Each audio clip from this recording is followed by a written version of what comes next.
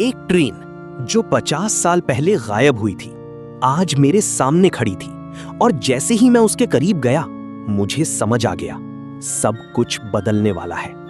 लोग कहते हैं वो ट्रेन गायब हो गई थी, पर कुछ लोग आज भी उसे देखते हैं और जो देखता है वो बदल जाता है। रात का समय था, हल्की ठंडी हवा चल रही थी। नियो अपने छोटे से कमरे में बैठा था। कंप्यूटर स्क्रीन पर कुछ पुरानी फाइलें खुली थीं। वो एक एआई रिसर्चर था और उसे रहस्यमय चीजों में दिलचस्पी थी। उसकी नजर एक पुरानी खबर पर पड़ी, एक ट्रेन जो 50 साल पहले अचानक गायब हो गई थी। नाम था सूर्या एक्सप्रेस, लेकिन असली बात अभी बाकी थी। नियो ने और गहराई से खोज शुरू की, हर रिकॉर्ड, हर रिपोर्ट, लेकिन अजीब बात यह थी, हर जगह जानकारी अधूरी थी। कुछ पन्ने गायब थे, कुछ तस्वीरें धुंधली थीं, जैसे किसी ने जानबूझकर सब छुपाया हो। किसी को अंदाजा नहीं था आगे क्या होने वाला है। फिर नियो को एक पुराना ऑडियो मिला, एक आवाज बहुत धीमी, हम अभी भी चल रहे हैं। नियो ठहर गया। ये रिकॉर्डिंग उसी दिन की थी, लेकिन ट्रेन तो गायब हो चुकी थी। नियो ने एआई मॉडल चालू किया और उस ऑडियो को साफ किया। आवाज अब साफ थी, लेकिन उसमें डर नहीं था, बस एक अजीब शांति थी। फिर अचानक एआई ने एक लोकेशन दिखाया, एक पुराना रेलवे ट्रैक जो अब इस्तेमाल नहीं होता था। नियो वहां जाने का फैसला करता है। रात और गहरी हो जाती है। नियो उस जगह पहुंचता है। चारों तरफ सन्नाटा, ट्रैक पर जंग लगी थी, जैसे सालों से कोई गुजरा ही नहीं। लेकिन तभी उसे दूर से एक हल्की रोशनी दिखती है, जैसे कोई ट्रेन धीरे धीरे आ रही हो। नियो का दिल तेज धड़कने लगता है। वो अपनी घड़ी देखता है, समय वही था जो उस घटना वाले दिन था।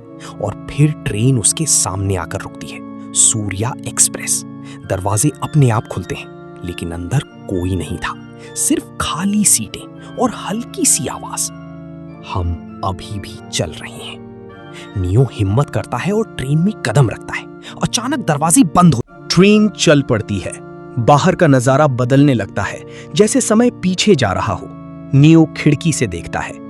वो वही दिन था जब ट्रेन गायब हुई थी, लेकिन अब नियो उस कहानी का हिस्सा बन चुका था। कुछ देर बाद ट्रेन फिर से रुकती है, दरवाजे खुलते हैं। नियो बाहर आता है, लेकिन अब सब कुछ अलग था। दुनिया बदल चुकी थी। वो अपने फोन को देखता है। तारीख 50 साल आगे की थी और स्क्रीन पर एक नई खबर थी। एक अज्ञात व्यक्ति अचानक प्रकट हुआ।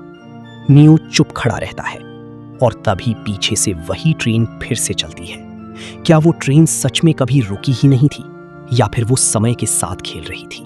और सबसे बड़ा सवाल, अगर आपको वो ट्रेन दिखे तो क्या आप उसमें चढ़ेंगे? नियो उस जगह खड़ा था। पीछे जाती हुई ट्रेन की आवाज अब भी गूंज रही थी, लेकिन इस बार कुछ अलग था।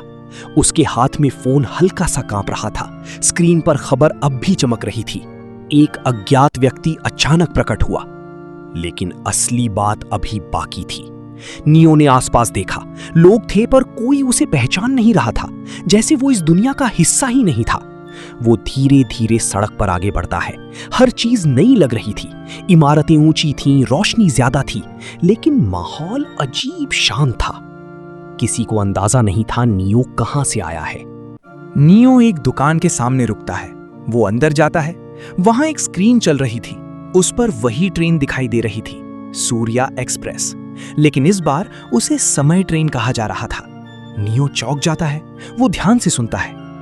ये ट्रेन कभी कभी दिखाई देती है और जो इसमें जाता है वो समय के पार चला जाता है। नियो की सांसें धीमी हो जाती हैं। तो ये सिर्फ एक घटना नहीं थी, ये कुछ और बड़ा था। वो बाहर निकलता है और उसी ट्रैक की तरफ लौटता है जहां से सब शुरू हुआ था। रात फिर से उतरने लगती है, हवा ठंडी हो जाती है और फिर वही हल्की सी रोशनी। नियो समझ जाता है ट्रेन फिर आने वाली है, लेकिन इस बार वो तैयार था। उसके मन में एक सवाल था, क्या वो इस बार कुछ बदल सकता है? ट्रेन धीरे धीरे सामने आती है। दरवाजे खुलते हैं। इस बार अंदर हल्की हलचल थी। कुछ परछाइयां सीटों पर बैठी थी। नियो अंदर जाता है। दरवाजे बंद होते हैं। ट्रेन चल पड़ती है, लेकिन इस बार वो अकेला नहीं था। एक आवाज आती है, तुम वापस आ गए। नियो चौंकता है। वो इधर उधर देखता है। एक व्यक्ति खिड़की के पास बैठा था। उसका चेहरा धुंधला था। वो धीरे से कहता है, हम सब कभी ना कभी यहां फंस जाते हैं। नियो पास जाता है। ये ट्रेन क्या है? वो व्यक्ति हल्की मुस्कान देता है।